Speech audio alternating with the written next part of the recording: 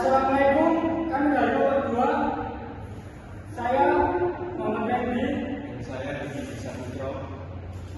Mau mempresentasikan materi tentang fungsi kepercayaan di negara Asia. Sebelumnya kami berterima kasih kepada Bu Novita yang telah membimbing kami dari penyelesaian makalah ini, dan terima kasih kepada teman-teman yang telah menonton video ini.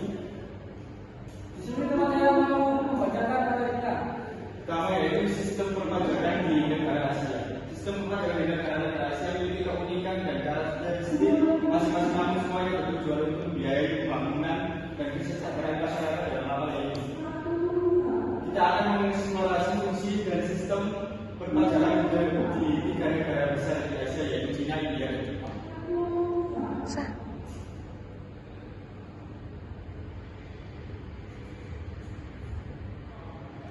Selanjutnya ada sistem perpajakan di Cina. Pajak pertambahan nilai PPN. Cina menerapkan PPN bagi wajib pajak skala kecil sejak tahun 1993. Pajak skala kecil dari PPN untuk wajib pajak skala kecil saat ini adalah 3%. Dihitung berdasarkan jumlah penjualan. Kemudian ada reformasi perpajakan. Reformasi perpajakan di Cina meningkatkan penerimaan negara, meningkatkan kemampuan wajib pajak. Cukupan kabeh wis. Kemudian ada perbandingan dengan negara lain. Sistem perpajakan Cina memiliki kesamaan dan perbedaan negara lain, seperti dalam hal pajak, penghasilan pajak, sumber daya alam, dan pajak lingkungan.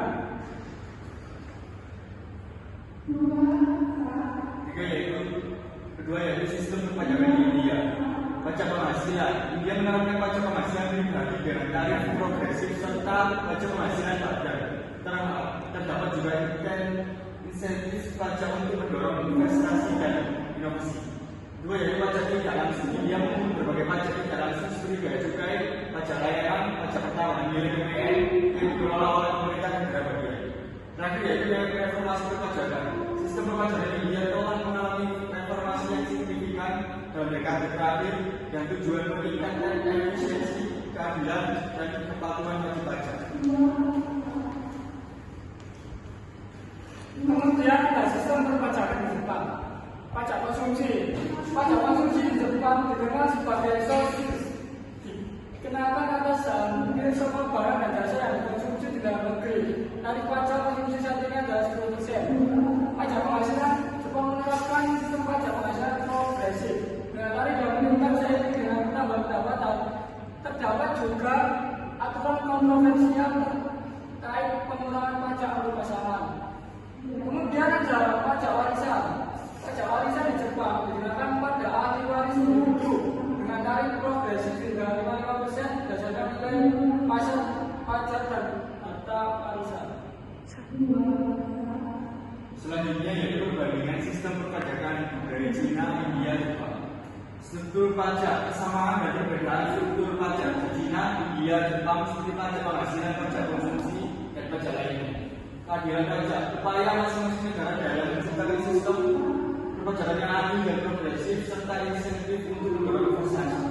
Ketiga yaitu efisiensi administrasi. Langkah-langkah yang dilakukan untuk meningkatkan efisiensi administrasi perpajakan seperti digitalisasi dan penyederhanaan aturan. Terakhir yaitu daya saing. Dampak sistem perpajakan masing-masing negara terhadap daya saing ekonomi dan investasi. Kemudian ada sistem perpajakan. Yang pertama, pengindaran pajak. Upaya wajib pajak untuk menghindari kewajiban pajak menjadi tantangan bagi otoritas pajak di setiap negara. Yang kedua, ada ekonomi digital.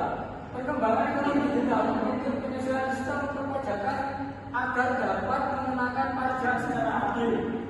Kemudian ada kompleksitas aturan. Semakin kompleksnya aturan, perpajakan dapat